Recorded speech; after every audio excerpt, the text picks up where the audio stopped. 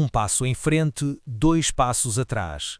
Vladimir Ilyich Lenin. D.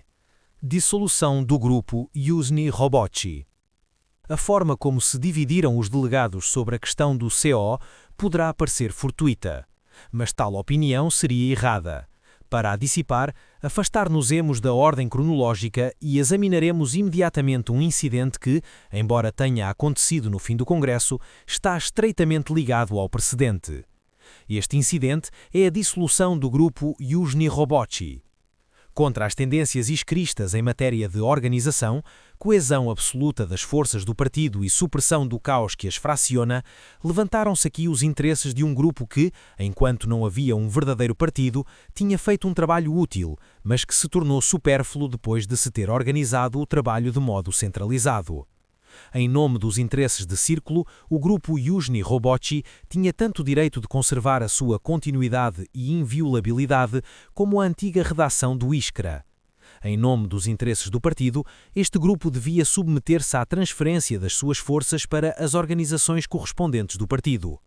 Página 313, final da resolução adotada pelo Congresso. Do ponto de vista dos interesses de círculo, do ponto de vista filistino, não podia deixar de parecer coisa delicada, expressão dos camaradas Rousseau e Deutsch, a dissolução de um grupo útil, que tinha tão pouca vontade de se deixar dissolver como a antiga redação do Iskra. Do ponto de vista dos interesses do partido, era indispensável esta dissolução, esta absorção, expressão de Gusev, pelo partido. O grupo Yuzhny Robochi declarou abertamente que não considerava necessário proclamar-se dissolvido e exigia que o Congresso se pronunciasse categoricamente e imediatamente sim ou não. O grupo Yuzhny Robochi invocou a mesma continuidade para a qual apelara a velha redação do Iskra depois da sua dissolução. Ainda que todos nós, individualmente considerados, constituamos um único partido, nem por isso esse partido deixa de ser composto por toda uma série de organizações, às quais se deve ter em conta como grandezas históricas. Se tal organização não é prejudicial ao partido, não há por que dissolvê-la. Assim se pôs de forma perfeitamente definida uma importante questão de princípio, e todos os iskristas, enquanto os interesses do seu próprio círculo não vieram para primeiro plano, se pronunciaram categoricamente contra os elementos instáveis. Nesse momento, os bundistas e dois dos partidários da Rabocha e Adielo já não estavam no Congresso. Seguramente que teriam defendido com a máxima energia a necessidade de ter em conta as grandezas históricas. Os resultados da votação foram 31 a favor, 5 contra e 5 abstenções.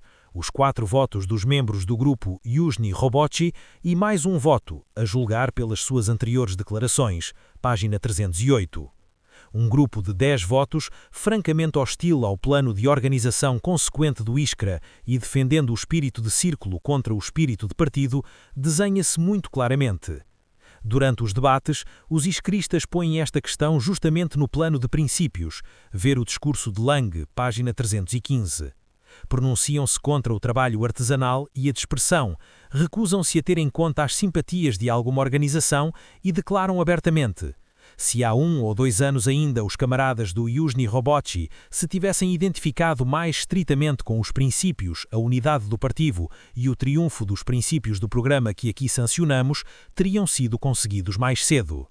No mesmo espírito, pronunciam-se Orlov, Gusev, Liadov, Muravyov, Rousseau, Pavlovich, Glebov e Gorin. Os iskristas da minoria não só não se manifestam contra as advertências precisas várias vezes apresentadas no Congresso contra a falta de firmeza de princípios da política e da linha do Yuzhny Robochi, de Makov e outros, não só não fazem a mínima reserva sobre esse assunto, mas pelo contrário, pela boca de Deutsch, decididamente se associam, condenando o caos e aplaudindo a franqueza com que a questão tinha sido posta pelo próprio camarada Rousseau, que naquela mesma sessão teve a ousadia, que horror, também de pôr francamente a questão da antiga redação numa base puramente partidária. A questão da dissolução do Yuzhny Robochi provocou neste grupo uma terrível indignação, da qual se encontram marcas nas atas. Não nos devemos esquecer que as atas dão apenas uma pálida imagem dos debates, porque em vez de discursos completos, apresentam apenas breves resumos ou excertos. O camarada Egorov chegou mesmo a qualificar de mentira a simples menção do grupo Рабочая Мысль ao lado do Южный Рабочий, exemplo característico da atitude que predominava no Congresso para o economismo consequente. E ainda muito mais tarde, na 37ª sessão, Egorov fala da dissolução do Южный Рабочий com a mais viva irritação, página 356, pedindo que se escreva nas atas que durante os debates sobre o Южный Рабочий, os membros desse grupo não foram consultados, nem sobre os meios a destinar às suas publicações, nem sobre o controlo do OC e do CC. O camarada Popov, durante os debates a propósito do Южный Рабочий, faz alusão à maioria compacta que teria decidido antecipadamente o destino do Южный Рабочий. Agora, diz ele, página 316, depois dos discursos dos camaradas Gusev e Orlov, tudo está claro. Isto é, está claro que o Южный Рабочий será dissolvido contra a sua vontade. O próprio delegado do Южный Рабочий separa aqui os iskristas, e além disso iskristas como Gusev e Orlov, dos seus partidários, como representantes de linhas diferentes de política de organização.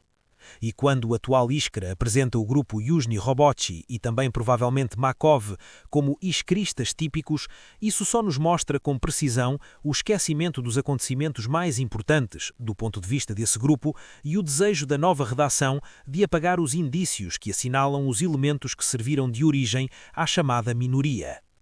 Infelizmente, a questão de um órgão popular não foi levantada no Congresso. Todos os iskristas debateram esta questão com extraordinária animação, antes e durante o Congresso, fora das sessões, concordando que na altura da vida do nosso partido, lançar aos ombros a publicação de um tal órgão ou dar este caráter a um dos existentes seria uma empresa extremamente irracional. Os anti-iskristas pronunciaram-se no Congresso em sentido contrário. O grupo Южный Рабочий fez o mesmo no relatório. E não se explica, a não ser por obra do acaso ou pela recusa de levantar uma questão sem esperança, que não tenha sido apresentada uma resolução adequada subscrita por 10 pessoas.